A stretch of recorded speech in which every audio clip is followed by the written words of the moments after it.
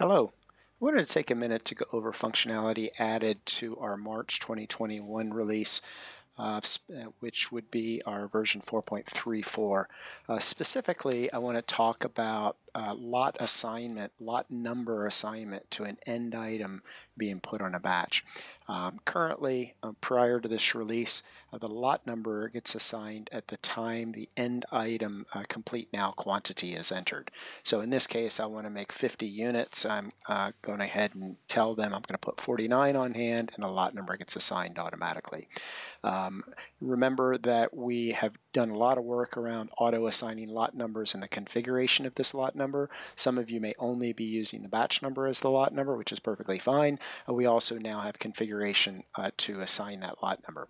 That has been around for a few releases. The part that is new and unique is when this lot number actually gets assigned to that end item. As I said, in previous releases, it was with the entry of a complete now. Now I'm going to leave this batch. I'm going to get rid of that end item. We'll talk a little bit about where this setting comes from.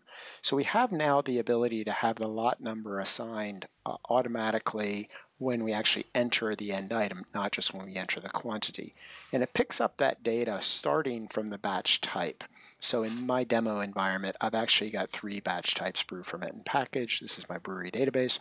And more specifically, under the batch type, if you navigate down to the area where you're actually defining the lot number set up by batch type, right here there is a selection that says assign the lot number when the end item is added, in this case specifically to the batch.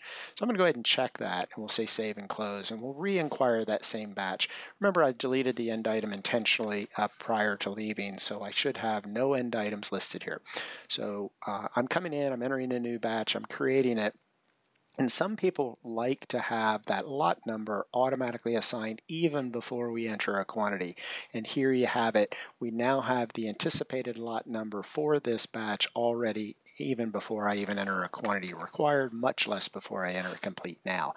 This can be really helpful if you need that lot number to print on documents up front at the beginning of the batch, whether that be on the batch ticket itself or the log, or whether it be on, say, maybe labels or things like that. So now we have a lot number assigned automatically. Now we actually have taken this a little further. What I just showed you is defined at the batch type level. So in that case, I had 3 batch types. You may not actually use batch types, or maybe you want this functionality more globally by facility. So let me go ahead and save this, and we will navigate over to the facility setup. So in this case, it's under setup company facilities, and I've got a few facilities here. I'm going to go ahead and focus in on the one I normally do this production for, so it's Georgia. If I do not have a batch type, or I have not checked the box on the batch type level, the system will next come and look at the facility. So it starts at the batch type. If it doesn't find anything on the batch type, it goes to the facility setup.